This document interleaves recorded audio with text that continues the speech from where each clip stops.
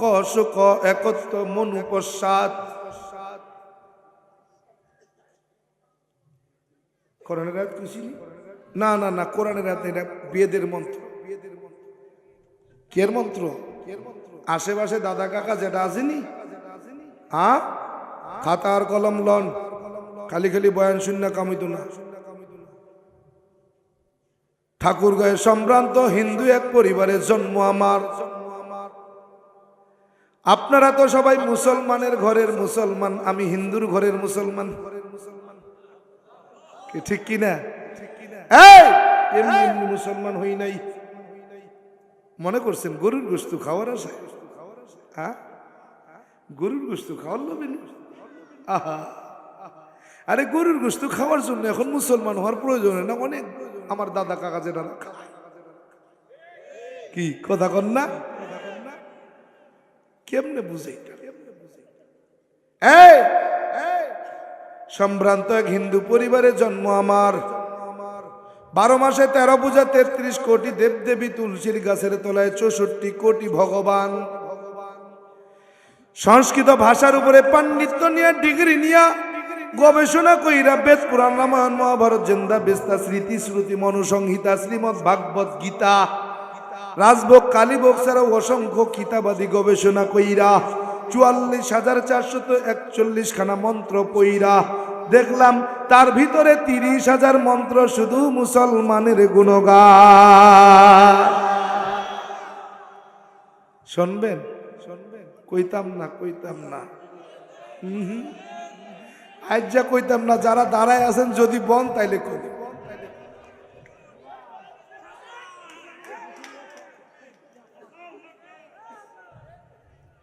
কি কইতা শুনবেনি? কয় লাগবো তাইলে কই আর কি করা? যখন কোয়ার সঙ্গে সঙ্গে বইয়াই পড়ছেন তাহলে আর না কয়ে যাই কই, ঠিক না? এমনি এমনি মুসলমান কিন্তু হই নাই। কত হাজার মন্ত্র? আরে না না, 44,441 খানা মন্ত্র পইরা দেখলাম তার ভিতরে 30,000 মন্ত্র শুধু মুসলমানের গুণগান। এই 30,000 মন্ত্র কোরআনে কারিমের 30 পারা, 114টি সূরা, 6,666 মতান্তরে 6,238 আয়াতের সঙ্গে মিল পাওয়া যায়। প্রত্যেকটা কোরআনে হাকিমের প্রত্যেকটি আয়াতে কারিমার সাথে কয়েক শত মন্ত্র পাঠ করে শোনানো যায়। এরে ভাই, প্রত্যেকটা মন্ত্রের কিতাবের নাম, অধ্যায় নম্বর, পৃষ্ঠা নম্বর, শ্লোক নম্বরও বলা যায়। এমনি এমনি কিন্তু মুসলমান হই নাই। কি এমনি এমনি? ওই জায়গায় কইছি। আহা, বইবেন না আপনারা? বইবেন না? না বইলে একখান মন্ত্র কইছি আর কোন মন্ত্র তো জমা 30,000, কইছি কেবল একখান। তাইলে বাকি আছে কত? 29,999। আর কমু না, শেষ। কমু? শুনবেন? কতক্ষণ? সারা রাত। আপনি তো কমেনি, আপনার তো আর কষ্ট নাই। একটা রাত আপনি জাগবেন তো সমস্যা কি? আপনার এক রাত, আমার প্রত্যেক রাত। আল্লাহ প্রিয় ভাই আমার, এজন্য এই আপনাকে এই এলাকায় আমার 2জন বন্ধু আছে, একসঙ্গে পুলিশে চাকরি করছে। একেবারে এমনি এমনি মুসলমানও কিন্তু ওই নেই, গোটা দুনিয়া সরাইয়া হের পরে মুসলমান হয়েছে, বুঝলেন না? আপনাকে এলাকা আমার 2 বন্ধু আছে যারা একসঙ্গে আমরা ট্রেনিং করছি, ট্রেনিং পুলিশে। 2 বন্ধু। এক বন্ধু আজকে আমার সঙ্গে আসছে, ও ডুমুরিয়া থাকে, আসার সময় নিয়ে আসছে। হ্যাঁ, আরেকজন মতুর রহমান ঝিনাইদা থাকে। একসঙ্গে ট্রেনিং করছি, একসঙ্গে চাকরি করছি দীর্ঘদিন, 2-1 দিন না। আসছে আজকে একজন আছে আপনাদের মাঝেই হয়তো কোথাও। আল্লাহ, এমনি মুসলমান হই নাই। তাইলে কি বলতেছিলাম? তত্র ক মোহ ক শোক একত্ব মনুপশ্চাৎ। আমার আল্লাহ তাআলা জানা দেয়, ইন্নাল্লাযীনা ক্বালু রাব্বুনাল্লাহ সুম্মা ইসতাকামু ফালা খাউফুন আলাইহিম ওয়ালা হুম ইয়াহজানুন।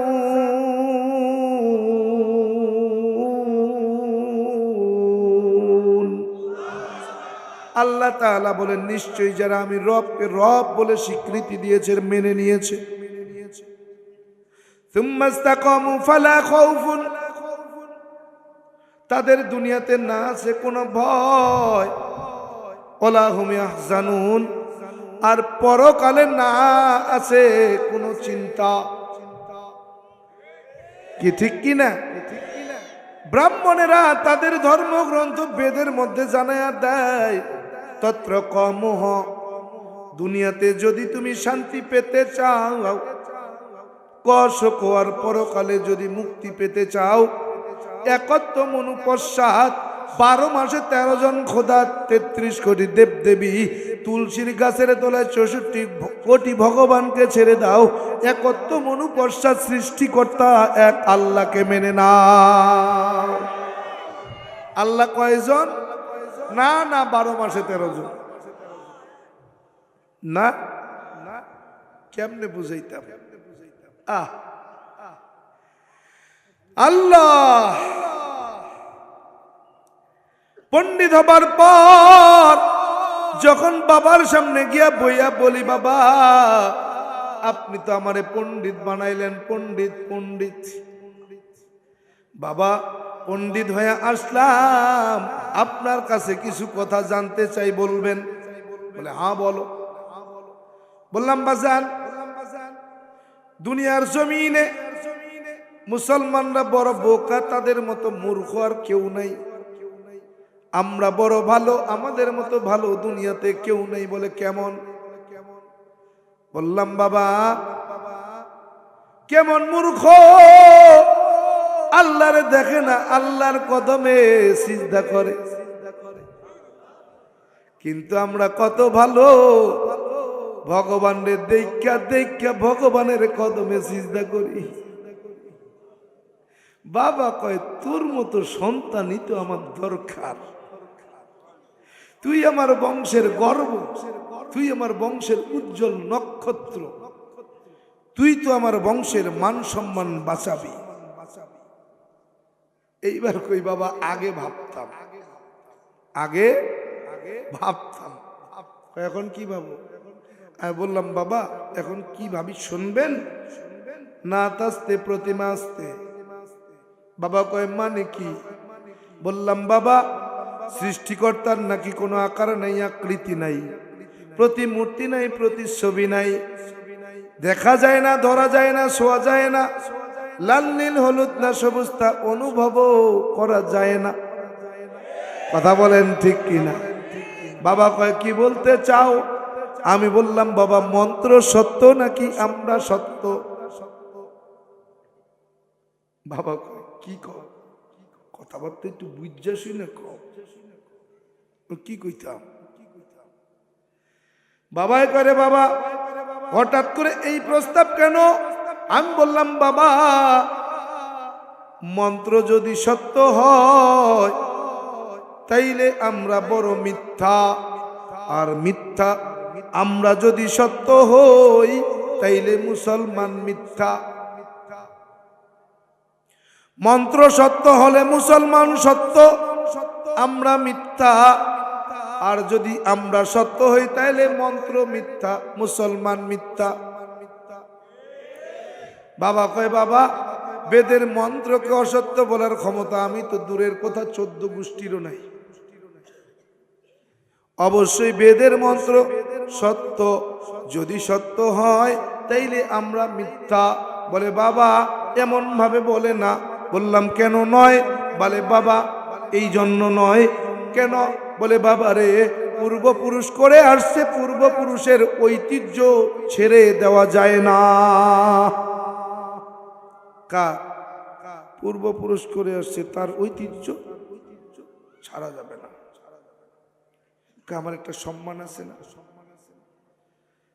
আমার ইজ্জত সম্মান, আমার ঐশ্বর্য, আমার প্রতিপত্তি, আমার পাওয়ার, আমার সম্পদ, কোনো দিক থেকে আমি কমা না। এজন্য এটা মানা যাবে না। কি আমার নবীজির চাচা যান আবু তালেব কি কেমন ভালোবাসছেন আমার রসুলকে, কেমন।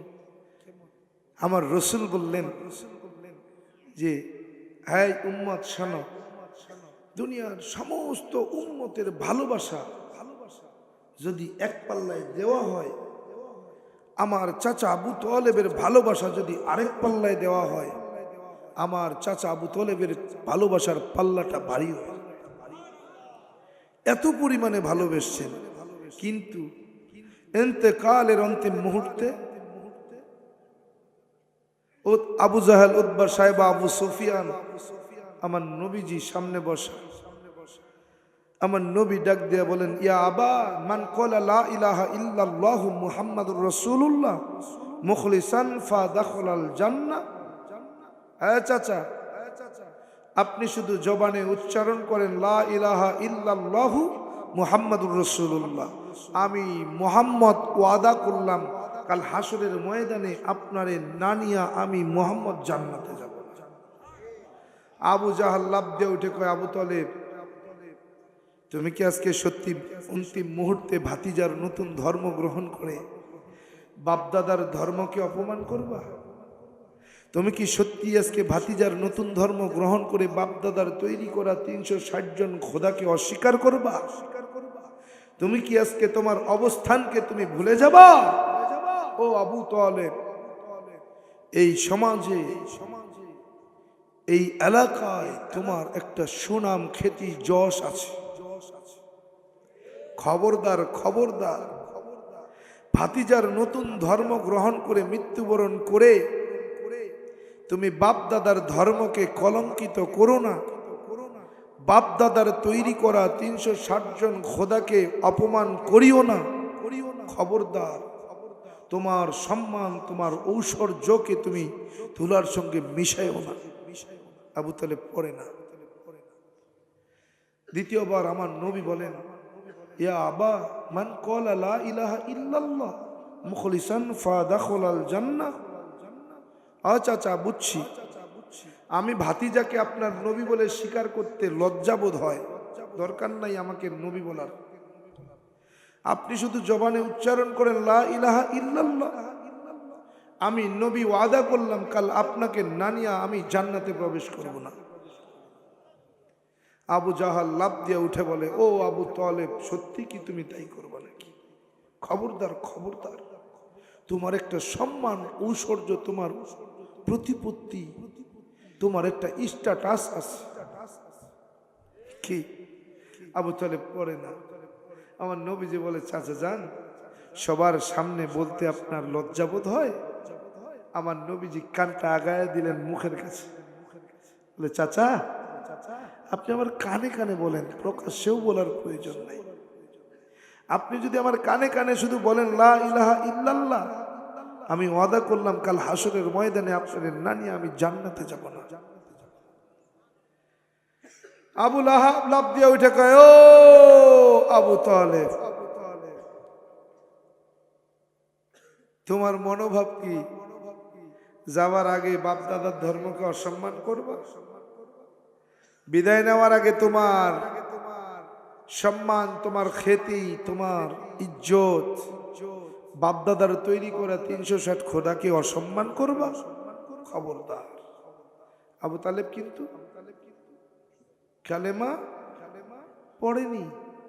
আবু জাহাল, আমার নবীজি একদিন রাত্রেবেলা দাওয়াত দিতে যাচ্ছে, আম্মাজান খাদিজা রাদিয়াল্লাহু তাআলা আনহা ডাক দিয়ে বলেন, ইয়া রাসূলুল্লাহ, আপনার কাছে আমি একটা জিনিস চাইবো, আপনি কি দেবেন?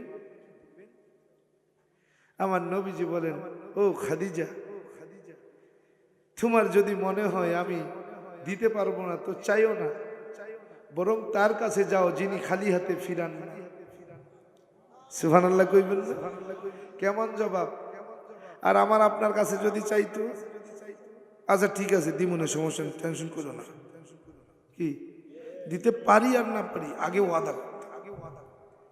কিন্তু আমার নবীজি কেমন বললেন, বলে ও খাদিজা, যদি তোমার মনে সন্দেহ থাকে যে আমি দিতে পারবো না, তো আমার কাছে চাইও না। যে দিতে পারবে, খালি হাতে ফিরে না, তার কাছে চাও। আমার নবীজি যখন এ কথা বললেন, আম্মা জান খাদিজা রাদিয়াল্লাহু তাআলা আনহা বলেন, ইয়া রাসূলুল্লাহ, আমার আর চাওয়ার কিছু নাই, আপনি যান। আমার নবীজি বলেন, খাদিজা বলেন না কি চাইতে চেয়েছিলেন। আমার নবীজি বলেন, কি চাইতে চেয়েছিলেন। আম্মা জান খাদিজা রাদিয়াল্লাহু তাআলা আনহা বলেন, ইয়া রাসূলুল্লাহ, আমি জানি আপনি প্রত্যেকদিন যখন দাওয়াতের কাজে বের হয়ে যান, সবার আগে সর্বপ্রথম আপনার চাচা আবু জাহালের কাছে যান, আর আপনার চাচা আবু জাহাল আপনাকে অপমান করে, অপদস্থ করে। আপনি আজকের পর থেকে যেন আর চাচার কাছে দাওয়াত নিয়ে না যান, এটা আপনার কাছে চেয়েছিলাম। আমার নবীজি বলে, ফাতেমা খাদিজা, কেমনে আমি আমার চাচাকে দাওয়াত না দিয়ে পারি বলো না? কেমনে আমার চাচা আমার সামনে জাহান্নামে যাবে আমি সহ্য করব বলো না? কেমনে? আম্মাজান খাদিজা বলেন, ইয়া রাসূলুল্লাহ, ঘটনা কি? বলে, খাদিজা, আমি যখন ছোট্ট মানুষ, বাবাকে হারিয়ে ফেলেছি, বাবা নাই, বাবা জন্মের আগেই চলে গেছে। সব শিশুরা পাহাড়ের নিচে খেলাধুলা করতাম। সন্ধ্যাবেলা যখন খেলা শেষ হতো, সবার বাবারা এসে এসে সন্তানদেরকে কাঁধে নিয়ে নিয়ে বাড়ি যাইত। আমি নবী, আমি মুহাম্মদের তো বাবা নাই। আমি পাহাড়ের চূড়ায় বসে বসে কান্না করতাম, আজকে যদি আমার আব্বা বেঁচে থাকতেন, আমাকেও কাঁধে করে বাড়িতে নিয়ে যাইতেন। আমি যখন বসে বসে কান্না করছি, আমার চাচা আবু জাহাল পিছন থেকে এসে পিঠের মধ্যে হাত দিয়ে হাত বুলায় আর বলে, বাবা কাঁদো কেন বলো না? বলে, চাচা দেখেন, সবার বাবা আছে, খেলাধুলা শেষে বাবা কাঁধে করে সন্তানদেরকে নিয়ে যায়, আমার তো আব্বা নেই। ও খাদিজা, আমার চাচা আমার পিঠে হাত বুলায় আর বলে, বাবা টেনশন করিও না, আমি আছি তো। আমি আজকে থেকে তোমার বাবা সেজে গেলাম, যতদিন তুমি খেলবে আমি তোমাকে বিকালবেলা কাঁধে করে নিয়ে বাড়িতে। বলে, খাদিজা, যে আমাকে বাবার আদর দিয়ে কাঁধে করে করে নিয়ে খেলার মাঠ থেকে সন্ধ্যাবেলা বাড়িতে নিয়ে আসছে, তাকে আমি দাওয়াত না দিয়ে কিভাবে আমি অন্যকে দাওয়াত দিতে পারি? আমার নবীজি বলেন, একবার নয়, দুইবার নয়, 400 বার আমি আমার চাচার কাছে দাওয়াত নিয়ে গেছি, আর 400 বারই আমাকে অপমান করেছে। আম্মাজান খাদিজা রাদিয়াল্লাহু তাআলা আনহা বলতেছেন, ইয়া রাসূলুল্লাহ, আজকের থেকে আপনাকে আর কখনো আবু জাহাল চাচা জানকে দাওয়াত দিতে নিষেধ করব না, আপনি দেন। আমার নবীজি বলে, আমি যখন ওই রাত্রিবেলা আমার চাচার কাছে দাওয়াত নিয়ে গেলাম, গভীর রাত্রিতে আমার চাচাকে দেখি বড়ই গাছ তলায় বড়ই খোটে আর খায়, বড়ই খোটে আর খায়। বলে, কারণ কি? বলে, পৃথিবীতে সর্বপ্রথম ডায়াবেটিক্স এসেছে আবু জাহালের মাধ্যমে। সর্বপ্রথম ডায়াবেটিক্সটা এসেছে আবু জাহালের মাধ্যমে। আবু জাহাল ডায়াবেটিক্সের রোগী ছিলেন। ডায়াবেটিক্সের প্রধান ওষুধ ছিল টক বড়ই, টক বড়ই। এই টক বড়ইটা ডায়াবেটিক্সকে নিয়ন্ত্রণ করে। জানেন, আপনি তো ইনসুলিন নেন, কত ওষুধ খান, এরপরেও কন্ট্রোলে থাকে না। ডায়াবেটিক্সের মহা ঔষধ হলো টক বড়ই। আপনি যদি নিয়মিত দুইটা একটা করে খেতে পারেন, তো আপনার ডায়াবেটিক্সের ওষুধ আর ইনসুলিনের প্রয়োজন হবে না। এটা আপনার ডায়াবেটিক্সকে নিয়ন্ত্রণ করবে। বলে, তাইলে এখন যাদের হচ্ছে তারা কি তাদের দলের? না না না, আমার আল্লাহ তাআলা হাদিসে কুদসির মধ্যে আবার বলেন, এই দুনিয়ার মানুষ শোনো, দুনিয়ার জমিনে 6টা গজব নাজিল হবে। 6টা। কখন? যখন দুনিয়ার জমিনে আমার খেদমত, আমার দ্বীনের দায়ীদের উপরে, আমার দ্বীনের খাদেমের উপরে নির্যাতন নিপীড়ন শুরু হবে। ঠিক ওই মুহূর্তে আমি আল্লাহ তাআলার পক্ষ থেকে 6টা গজব নাজিল হবে। কয়টা গজব? 1 নম্বর বলে 2টা আসবে শারীরিক অসুস্থতার ভিতর দিয়ে, 2টা আসবে সামাজিক অবক্ষয়ের মাধ্যমে, 2টা আসবে প্রাকৃতিক অবক্ষয়ের মাধ্যমে। এই 6টা গজব নাজিল হবে। বলে যখন ওলামায়ে একরামের উপরে নির্যাতন নিপীড়ন শুরু হয়ে যাবে, তখন শারীরিকভাবে অসুস্থতার জন্য 2টা গজব আসবে। 1 নম্বর, ডায়াবেটিক্সের হার বেড়ে যাবে। আপনি বলেন তো, আজ থেকে 15 বছর আগে ডায়াবেটিক্স বলে কোনো রোগ ছিল? হ্যাঁ? তাইলে আগের মানুষ মারা যায়নি? এখন মানুষ মারা গেলেই কয় ডায়াবেটিক্স ছিল তো, নিয়ন্ত্রণে ছিল না। কি ও নিয়ন্ত্রণ করে নাই, এত খাওয়া খাইছে, জন্মের খাওয়া খাইয়া ডায়াবেটিক্সে মরছে। কি ঠিক কি না? হার বাড়ছে না কমছে? 15 বছর আগে চিনতই না, এখন ডায়াবেটিক্স ছাড়া মানুষই নাই। কি ঠিক কি না? বলে ওই যে পাপি মরে 10 ঘর নিয়া। হ্যাঁ, পয়গম্বর লূত আলাইহিস সালাম জর্ডানে, কোথায়? জর্ডানে কওমের উপরে আল্লাহ তাআলার লানত। যখন লূত আলাইহিস সালামের কওম সমকামিতায় লিপ্ত হয়ে গেল, পুরুষে পুরুষে মিলিত হয়, স্ত্রী স্ত্রী নারীয়ে নারীয়ে মিলিত হয়, আল্লাহ তাআলার হুকুম থেকে যখন তারা মুখ ফিরাইয়া নিল, আল্লাহ তাআলা নবী সহ, লূত আলাইহিস সালাম সহ জমিনটাকে উল্টে। কি নবী মাপ পাইছে? তো আপনার আমার পাপের কারণে এই বাংলার জমিনে ইমানদাররাও মাপ পাইতেছে না।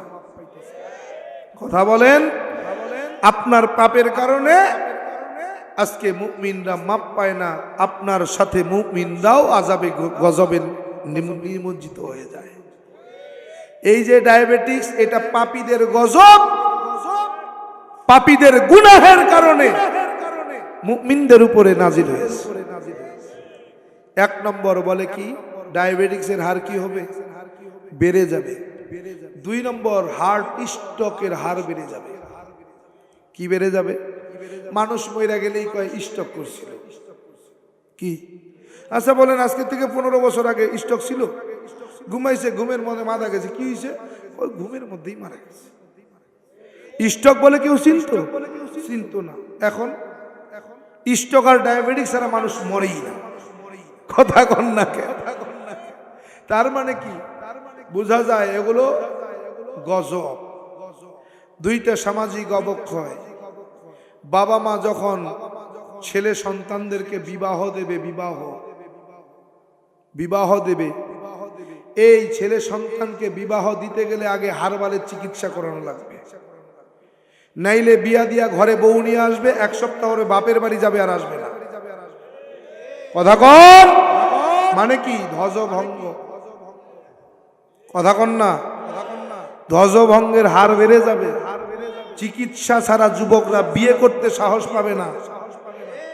আর জেনা ব্যভিচারের হার বেড়ে যাবে। কম না বেশি?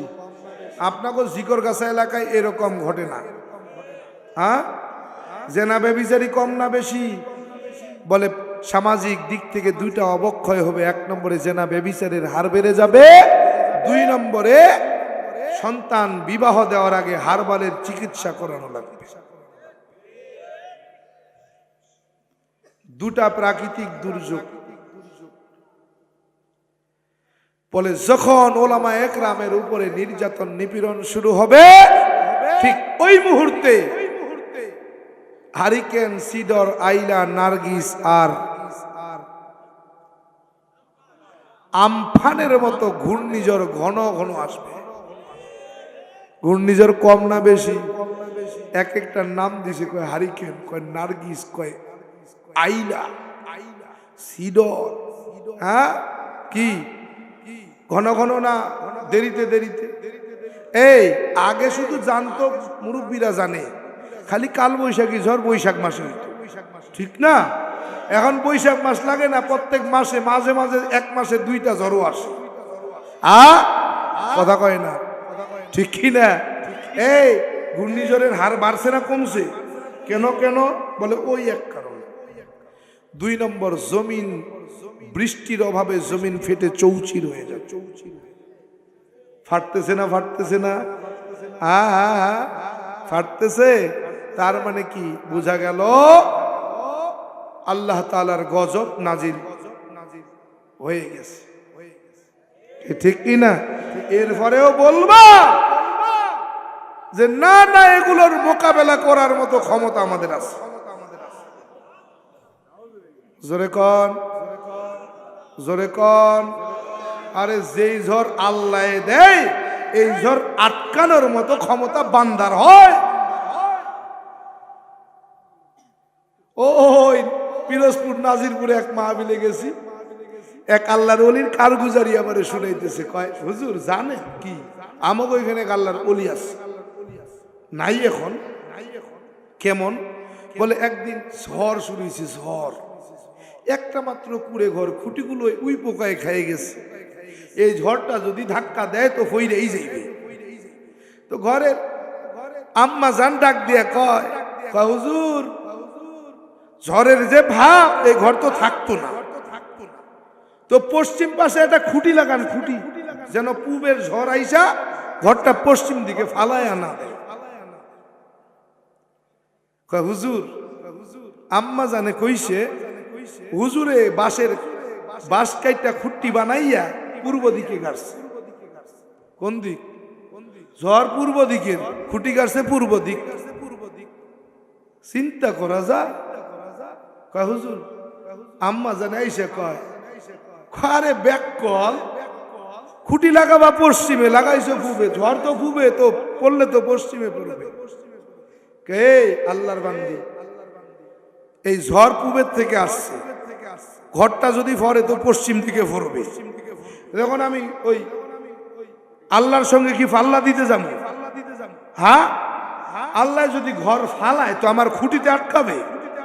হ্যাঁ, আল্লাহ যদি ঘর রাখে তো পূবের খুঁটিতে রাখতে পারে না? ওইটা কি পশ্চিম দিকে দেওয়া লাগে?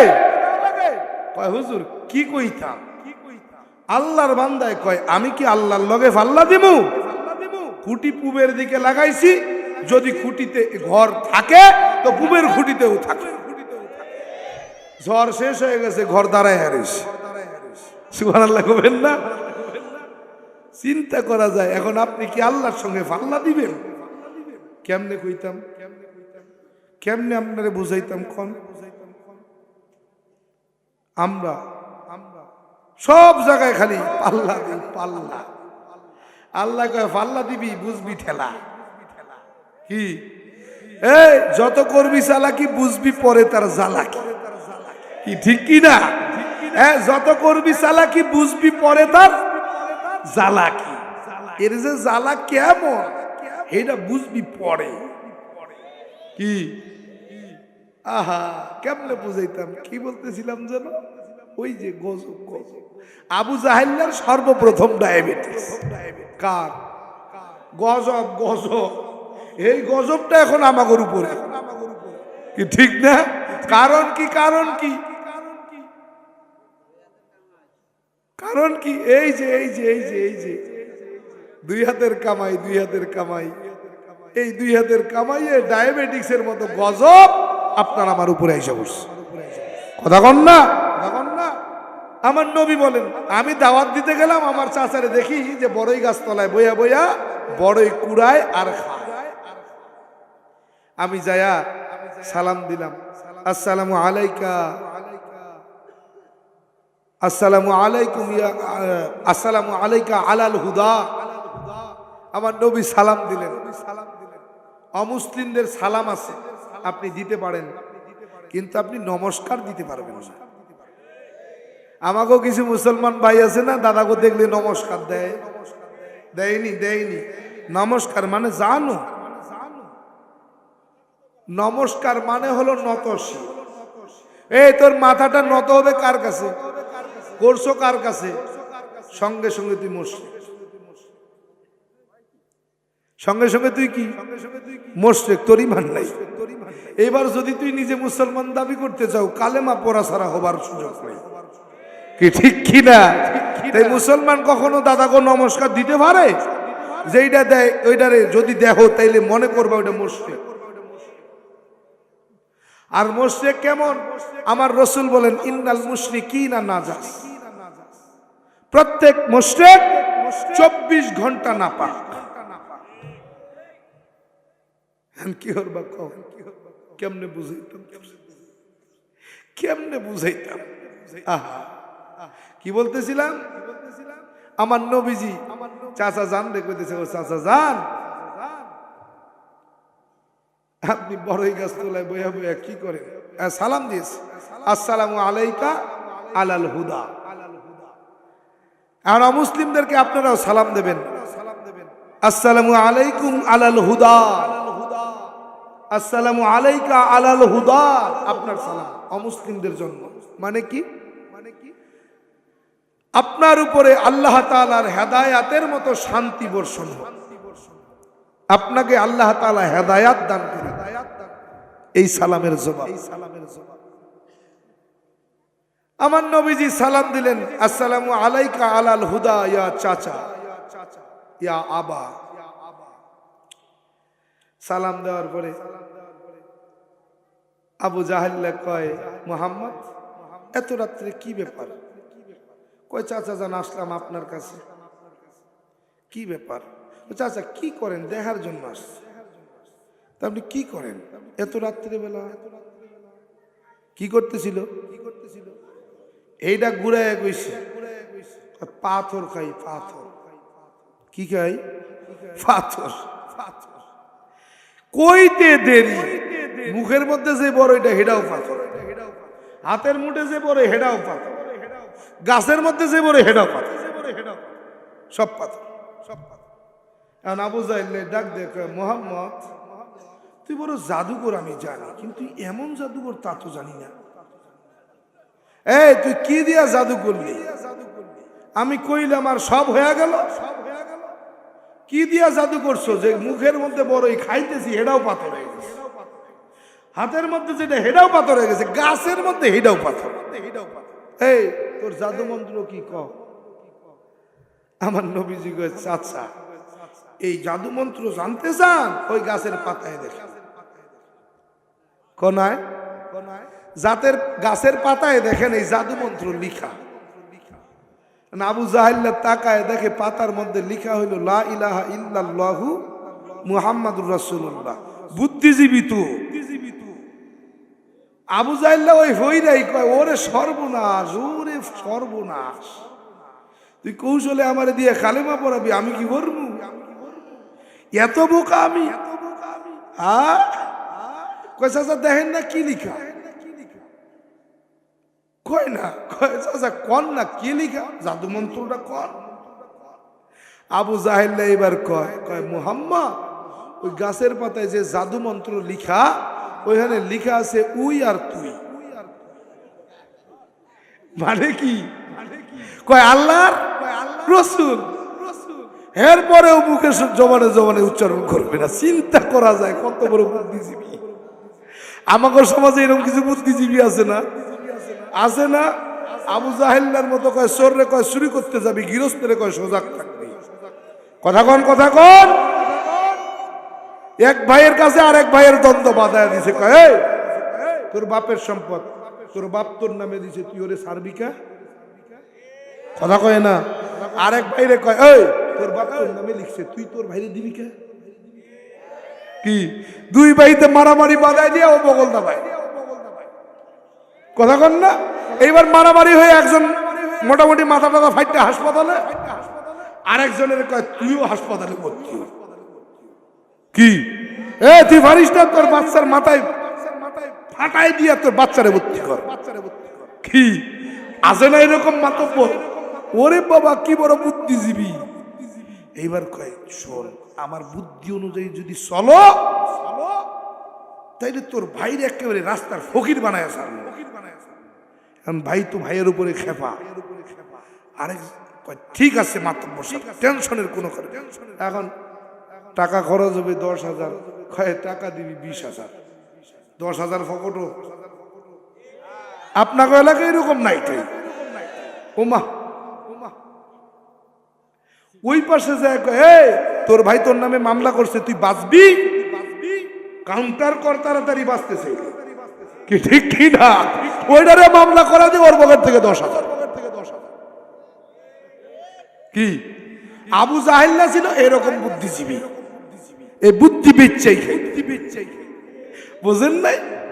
আহা আবু জাহেল্লা চিন্তা করছে, ওরে মোহাম্মদ তুই বড় সালাক, আমারে দিয়া তুই কালেমা ফরাবি, আমি ফরমু, এত বড় বলদ আমি না, কি ঠিক না? এই আমার নবীরে পাহাড়ের চূড়ায় ডাক দিয়ে নিয়ে গেছে, এই মোহাম্মদ এদিকে। কি আচ্ছা তুই যদি সত্যি আল্লাহর নবী হও তাহলে আমার একটা পরীক্ষা দিবি? কয় ক চাচা কন? কয় এই যে চারটা দেখছিস, চারটা, এইটারে তুই আঙ্গুল দিয়ে ইশারা করে 2 খণ্ড করে দেখাতে পারবি? কয় চাচা করলে কি হবে? কয় তুই যদি আঙ্গুলের ইশারায় চাঁদে 2 খণ্ড করে দেখাতে পারো, আমি চাচা কালেমা পড়ে মুসলমান। আমার নবীজি কয় চাচা সত্যি তো? হ্যাঁ সত্যি। আমার নবীজি আল্লাহরে ডাক দেখো, মালিক আমার চাচা ওয়াদা করছে কালেমা পড়বে যদি আমার আঙ্গুলের ইশারায় চাঁদ 2 খণ্ড হয়ে যায়। ও আল্লাহ, আমার আঙ্গুলের তো কোনো ক্ষমতা নাই, আপনার ক্ষমতা বলে আমার আঙ্গুলের ইশারায় চাঁদটাকে 2 খণ্ড কইরা দেন। আঙ্গুল দিয়ে ইশারা করছে, চাঁদ 2 খণ্ড হয়ে গেছে। আবু জেহেল পাহাড় থেকে লাফ দিয়ে নিচে নামবা, কয় ওরে জাদুঘর জাদুঘর, আরে মোহাম্মদ তুই এমন জাদুঘর, আগে জানতাম তুই খালি পৃথিবীতেই দুনিয়ার জমিনেই খালি জাদু করতে পারো, এখন দেখি তুই আসমানেও জাদু করতে পারো। নাউজুবিল্লাহ কন্যা, চিন্তা করা যায় আবু জাহেল, চিন্তা করা যায়। একদিন খেজুর নিয়ে রওনা করছে ওই সাফা মারোয়ার মাঝখানটা। আমার নবীজি যাইতেছে, চাচা জান আসতেছে, খেজুর খাইতে খাইতে আসতেছে। এখন আমার নবীজি দেখা হবে, সালাম দিছে, আসসালামু আলাইকা ইয়া আলাল হুদা, সালাম টালাম দিয়ে মোটামুটি। ওই চাচা কি খান? আমি চিন্তা করছি যদি কই খেজুর তাহলে তো ভাইস্তারে দেওয়া লাগবো, ঠিক না? আমাকেও কিছু মানুষ আছে না এরকম সমাজ। আবু জাহেল বড় বুদ্ধিজীবী, তো কয় ভাতিজা কি খাই এটা শুনবা? পাথর খাই, পাথর। কি হয়েছে? মুখে যেটা হেডা পাথর, হাতের মধ্যে যেটা হেডা পাথর। চিন্তা করা যায়। এরপরেও ইমান আনবে না, এরপরেও কি ইমান আনতো না। আরে আল্লাহ, আবু জাহেল্লা গর্ত খুঁজছে, গর্ত 1 হাঁটু, কতটুকু? 1 হাঁটু গর্ত খুঁজছে, খুঁজছা অপেক্ষা আছে মুহাম্মদ এদিক দিয়ে আসবে, গর্তে পড়ে ব্যথা পাবে, ঠিক না? গর্ত খুঁজছা রাখছে, মুহাম্মদের কষ্ট দিবি, আল্লাহর নবীরে কষ্ট দিবি। আল্লাহ কয় দাঁড়া, তোরে খেলা দেখাইতেছে। গর্ত খুঁজছা উপরে দাঁড়াইছে মাত্র, হোঁচট খাইয়া পড়ে গেছে। এখন গর্তের মধ্যে পড়ছে তো হাঁটু গর্ত, হাঁটু পরিমাণ। ও মা, গর্তে চলে গেছে, দাঁড়িয়ে গেছে, আর উঠতে পারে না। যখনই উঠতে গেছে গর্ত বড় হয়ে গেছে। উপরের দিকে হাত দেয়, এতটুক ফাঁকা থাকে, এইটুকু আর ধরতে পারে না। এই একজনে হাত নামায় দিছে, এতটুকুই ফাঁকা থাকে, হাত আর ধরতে পারে না। দড়ি নামায় দিছে, নামতে নামতে গর্ত নিচে যায়, এতটুকু ফাঁকা থাকে, দড়ি ধরতে পারে না। ওই পথ দিয়া লোকজন ঘিরা ফেলছে, আমার নবীজি একটা যায়, কয় কিরে ঘটনা কি? এত লোকজন তাকায় দেখে চাচা যান নিচে। কয় চাচা যান এত বড় গর্তের মধ্যে কেমনে? কয় ভাতিজা আর কইও না, তাড়াতাড়ি উঠা। কয় না আগে কইতে হইবে কি ঘটনা, কি এই গর্তে পড়ার কারণ কি? কয় ভাতিজা তোমারে কষ্ট দেওয়ার জন্য গর্ত করছিলাম, কিন্তু এই গর্তে আমি নিজেই ফিরে গেছি। কয় তাড়াতাড়ি উঠা। কয় উঠাইতে পারি একটা শর্তে, কালেমা পড়া লাগবে। কয় ভাতিজা এমন একটা শর্ত দিলে এটা না দেওয়া হয় না? শর্তই হলো কালেমা পড়তে হলো। কয় আচ্ছা উড়া, কালেমা পড়বো, আগে উড়া। কয় পড়বেন তো? কয় হ্যাঁ পড়বো, উড়া। হাত দিছে, হাত ধরে সঙ্গে সঙ্গে টাইনে উঠেছে, উঠেই দেখে গর্ত হাডুগুড়ি মার। আরে মোহাম্মদ, তুই বড় জাদুঘর, তোর এই জাদুর থেকে তোর কালেমা পড়বো আমি? ইমান আনছে? আনে নাই। প্রিয় ভাই, বাবারে বলতেছিলাম মনে আছে, ওখান থেকে কিন্তু এই পর্যন্ত আসছি, ঠিক না? বাবারে কই বাবা, আপনি তো জানেনই, 12 মাসে 13 পূজা, 33 কোটি দেব দেবী, তুলসীর গাছের তলায় 64 কোটি ভগবান। সংস্কৃত ভাষার উপরে পাণ্ডিত্য নিয়ে গবেষণা কইরা বেদ, পুরাণ, রামায়ণ, মহাভারত, জেন্দা, বেস্তা, স্মৃতি, শ্রুতি, মনুসংহিতা, শ্রীমদ ভাগবত গীতা, রাজভোগ, কালীভোগ ছাড়াও অসংখ্য কিতাবাদি পইরা 44,441 খানা মন্ত্র পইরা দেখলাম, তার ভিতরে 30,000 মন্ত্র শুধু মুসলমানদের গুণগান। বাবারে ডাক দে, কই বাবা, না তাস্তে প্রতিমাস্তে। ও বাবা, আমাদের বেদ, ধর্মগ্রন্থ বেদ বলে সৃষ্টিকর্তার কোনো প্রতিমূর্তি নাই, প্রতিচ্ছবি নাই, আকার নাই, আকৃতি নাই, ধরা যায় না, দেখা যায় না, ছোঁয়া যায় না, লাল নীল হলুদ না সবুজ তা অনুভবও করা যায় না। যদি তাই হয় জানতে চাই, 12 মাসে 13 জন খোদা, 33 কোটি দেব দেবী, তুলসীর গাছের তলায় 64 কোটি ভগবান, এর উৎপত্তি কোথায়, প্রমাণ কোথায়? বাবা কয় আমার জানা নাই। বললাম বাবা জানতে চাই, আমাদের ধর্মের ধর্মীয় সবচাইতে বড় পূজা দুর্গার পূজা, তার ছোট পূজা কালীর পূজা।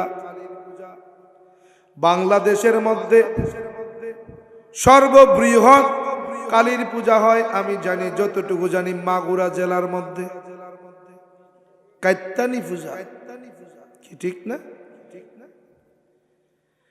বলে বাবারে বললাম বাবা, এই যে দুর্গা আমাদের সব থেকে বড় পূজা, আর কালী আমাদের দ্বিতীয় রকম পূজা। বাবা জানতে চাই, দুর্গার কালীর আবির্ভাব কতদিন আগে পাওয়া যায়? বাবা ডাক দেয়া বলে, বাবারে আজ থেকে 3,500 বছর পূর্বে দেবী আর দুর্গার আবির্ভাব ঘটেছে। বললাম বাবা আজ থেকে 3,500 বছর পূর্বে দুর্গার কালীর আবির্ভাব ঘটলো। বাবা এখনকার জমানায় তো মোবাইল আছে, ক্যামেরা আছে, কথা বলেন যুবক, মোবাইল অ্যান্ড্রয়েড সেটের মধ্যে একটা সফটওয়্যার গুগল ফটোস আছে, ক্যামেরা দিয়া ছবিটা তুইলা যদি গুগল ফটোসের মধ্যে সেভ করা যায়, বলে তুমি 5,000 বছর পরেও যদি পাসওয়ার্ডটা ঠিক দেয়া গুগল ফটোস গুগল অ্যাকাউন্টে ঢুকতে পারো, 5,000 আগের ছবিগুলো 5,000 বছর পরেও পাওয়া যায়। ধরে নিলাম ক্যামেরার ছবি ডিলিট হয়ে গেল, গুগল ফটোসের ছবিও ডিলিট হয়ে গেল, কিন্তু বর্তমান সময়ে আমরা তো সফল, মহাশূন্যের মধ্যে বঙ্গবন্ধু স্যাটেলাইট পাঠাইয়া দিছি, কি ঠিক না? সব মাধ্যম যদি নষ্ট হয়ে যায়, বঙ্গবন্ধু স্যাটেলাইটের মাধ্যমে কমপক্ষে আমরা আগামী 5,000 বছর পরের ছবিগুলো খুঁজে পাওয়া যায়, ঠিক কি না? কিন্তু 3,500 বছর আগে তো মোবাইল ছিল না, গুগল ফটোস ছিল না, স্যাটেলাইট ছিল না। 3,500 বছর আগে দুর্গার কালী আসলেন, দুর্গার 10টা হাত যুবতী নারী কোন ক্যামেরা দিয়ে ছবি তুলছেন, কে দেখছেন, কি তার প্রমাণ আছে জানতে চাই। দুর্গা যে এরকমই ছিল এটার প্রমাণ কি? কে দেখছে? বাবা কয় আমার জানা নাই, তবে রামায়ণের মধ্যে পাওয়া যায় ভগবান শ্রী রামচন্দ্র সর্বপ্রথম, ভগবান রামচন্দ্র সর্বপ্রথম দেবী দুর্গার পূজা শুরু করে। আচ্ছা রামায়ণের মধ্যে যে দুর্গার পূজার কথা আছে, এই দুর্গার যে 10 হাতি ছিল, এটা কিভাবে প্রমাণ আছে? কোথায় প্রমাণ আছে? ঠিক কিনা? প্রমাণ ছাড়া মানা যাবে? যা দেখি না তা মানি না, কি ঠিক না? বাবা বলে, বাবা কি বলতে চাও? আমি বললাম, বাবা 3500 বছর আগে রামায়ণের মধ্যে ভগবান শ্রীরামচন্দ্র সর্বপ্রথম দুর্গার দেবীর পূজা করে, কিন্তু দুর্গা দেবী যে এমন ছিলেন তার কোনো প্রমাণ নাই। বাবা 3500 বছর আগে দুনিয়ার জমিনে মা কালী যে আসছেন, 1.5 হাত জিহ্বা বাইর করে কামড় দিয়া স্বামীর বুকের উপরে পা দিয়া দাঁড়ায়া রইছেন। কোন ক্যামেরায় কে তার ছবি তুলছে, কি তার প্রমাণ আছে জানতে চাই। বাবা কয় জানা নাই, রামায়ণের মধ্যে আছে কালী পূজার কথা, তাই আমরা করি। আচ্ছা, যদি নাই থাকে, কালীর 4টা হাত ছিল, জিহ্বায় কামড় দিয়া দাঁড়ায়া রয়েছে, স্বামীর বুকের উপরে পা রাখছে, এটার প্রমাণ কি? নাই, নাই। কেন নাই?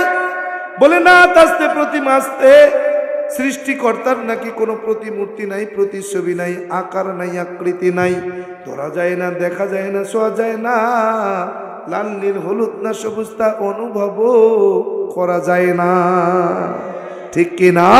যদি তাই হয়, 12 মাসে 13 খোদা, 33 কোটি দেব দেবী, তুলসীর গাছের তলায় 64 কোটি ভগবানের কোনো অস্তিত্ব নাই। বাবা এটা কি বলতে চাও? আমি বললাম, বাবা আমাদের ভগবান আর আল্লাহর মধ্যে কোনো মিল নাই। বাবা কয় কেন? বলি, বাবা ভগবান আর আল্লাহ কিন্তু এক নয়। এক নাকি? বলে কেন? আমি বললাম, বাবা মুসলমানদের আল্লাহ হলো এক, আমাদের ভগবান কিন্তু অনেক। কেমন? বাবাই ডাক দিয়ে বলে, বাবা কেমন বলো? আমি বললাম, বাবা ভগবান এমন একমে বা দ্বিতীয়, ভগবান এক অদ্বিতীয়, তিনি আমার সৃষ্টিকর্তা, একম এবং অদ্বৈতম। বলে সৃষ্টিকর্তা এক অদ্বিতীয়, তিনি কারো মুখাপেক্ষী নন। একম ব্রহ্মা দৈত্য নাস্তি নহিনা নাস্তি কিঞ্চন। বলে সৃষ্টিকর্তা এক অদ্বিতীয়, তিনি কারো মুখাপেক্ষী নন। তার না আছে আহার, না আছে নিদ্রা, না আছে স্ত্রী, না আছে সন্তান, না তিনি জন্মগ্রহণ করেছেন, না কাউকে তিনি জন্ম দিয়েছেন। এই জন্যই তো আমার আল্লাহ বলেন, কুল হুয়াল্লাহু আহাদ আল্লাহুস সামাদ লাম ইয়ালিদ ওয়া লাম ইউলাদ ওয়া লাম ইয়াকুল লাহু কুফুয়ান আহাদ। আল্লাহ বলেন, কুল, হে নবী বলে দেন, জানায়া দেন, হুয়াল্লাহু আহাদ, আমি আল্লাহ এক অদ্বিতীয়, আল্লাহুস সামাদ, আমি আল্লাহ কারো মুখাপেক্ষী নয়, বরং সমস্ত মাখলুক আমার মুখাপেক্ষী। লাম ইয়ালিদ ওয়া লাম ইউলাদ, আমি খাইও না, ঘুমাইও না, স্ত্রীও নাই, সন্তানও নাই। ওয়া লাম ইয়াকুল লাহু কুফুয়ান আহাদ, আমি জন্ম গ্রহণ করি নাই, কাউকে জন্ম কখনো দেই নাই। যদি তাই হয়, ভগবানের ভগবতী আছে, ঈশ্বরের ঈশ্বরী আছে, শিবের দুর্গা আছে, ব্রহ্মার সরস্বতী আছে, বিষ্ণুর লক্ষ্মী আছে, কৃষ্ণের রাধা আছে, কিন্তু আমার আল্লাহ তাআলার স্ত্রী নাই। বাবা বলে, বাবা যত যাই বলো না কেন, শাব্দিক অর্থে আল্লাহ আর ভগবানের মধ্যে কোনো ব্যবধান নাই। কেন? বলে, বাবা তোমরা যাকে আল্লাহ বলো, আমরা বলি ভগবান, তাদের মধ্যে নেই কোনো ব্যবধান। কয় ঠিক? এস কইটা গেছে, ঘুম ঘুম ঘুমের জোরে বলছে, কিচ্ছু মনে করেন না। যেই আল্লাহ সেই ভগবান নয়, কারণ ভগবান এমন জায়গা কাল পাত্র ভেদে পরিবর্তন হয়, কিন্তু আল্লাহ এমন জায়গা কাল পাত্র ভেবে পরিবর্তনের কোনো উপায় নাই। বলবেন কেমন বাবা? কই কেমন? আমি বললাম বাবা, আমরা যারা বাংলাদেশে বাস করি, আমাদের মাতৃভাষা বাংলা, আমরা বাংলায় যখন আমাদের সৃষ্টিকর্তাকে ডাকি বলি ভগবান, লিখায় যখন বাংলায় আমরা লিখি তখন লিখি কি? ভগবান। কিন্তু আমার হিন্দু ভাই যারা আমেরিকায় বসবাস করে ইংরেজিতে কথা বলে, তারা যখন সৃষ্টিকর্তারে ডাকে তখন বলে গড, লিখার বেলায় লিখে গড। তার মানে বাংলাদেশের ভগবান, আমেরিকায় গেলে গড। বাংলাদেশের ভগবান ইন্ডিয়ার জমিনে পাঞ্জাবে গেলে ঈশ্বর, ঠিক কিনা? আহা, তার মানে বোঝা গেল বাংলার ভগবান ইন্ডিয়ায় গেলে ঈশ্বর, আমেরিকায় গেলে গড। কাল জায়গা কাল পাত্র ভেবে ভগবানের রূপ পরিবর্তন হয়, কিন্তু আমার আল্লাহ জায়গা কাল পাত্র ভেবে পরিবর্তনের কোনো উপায় নাই। বলে কেমন? আমরা যারা মুসলমান বাংলার জমিনে বাস করি, মাতৃভাষা বাংলা, আমরা যখন আল্লাহরে ডাকি কি ডাকি? যখন আমরা বাংলায় লিখি তখন কি লিখি? ওই আমেরিকায় যারা মুসলমান আমার ভাইয়েরা বসবাস করে, তারা যখন আমার আল্লাহরে ডাকে ইংরেজি ভাষায় কি বলে? যখন তারা ইংরেজি ভাষায় আমার আল্লাহর নাম লেখে কি লেখে? ওরে ভাই, ওই ইন্ডিয়ায় পাঞ্জাবের জমিনে যারা আমার মুসলমান ভাই হিন্দি ভাষায় কথা বলে, তারা যখন আমার আল্লাহরে ডাকে হিন্দি ভাষায় কি বইলা ডাকে? যখন তারা হিন্দি ভাষায় আমার আল্লাহর নাম লেখে কি লেখে? এরে ভাই, ওই যে পাকিস্তানের জমিনে উর্দু ভাষায় আমার যে মুসলমান ভাইরা কথা বলে, তারা যখন আমার আল্লাহরে ডাকে কি বইলা ডাকে? এরে ভাই, উর্দুতে যখন আমার আল্লাহর নাম লেখে কি লেখে? এরে ভাই, ওই ফ্রান্সের মধ্যে ফ্রান্সিস আমার মুসলিম ভাইয়েরা বোনেরা যখন আমার আল্লাহরে ফ্রান্সিস ভাষায় ডাকে কি বইলা ডাকে? যখন তারা ফ্রান্সিস ভাষায় আমার আল্লাহর নাম লেখে কি লেখে? ওই যে সৌদি আরবের জমিনে আমার মুসলিম ভাইয়েরা যাদের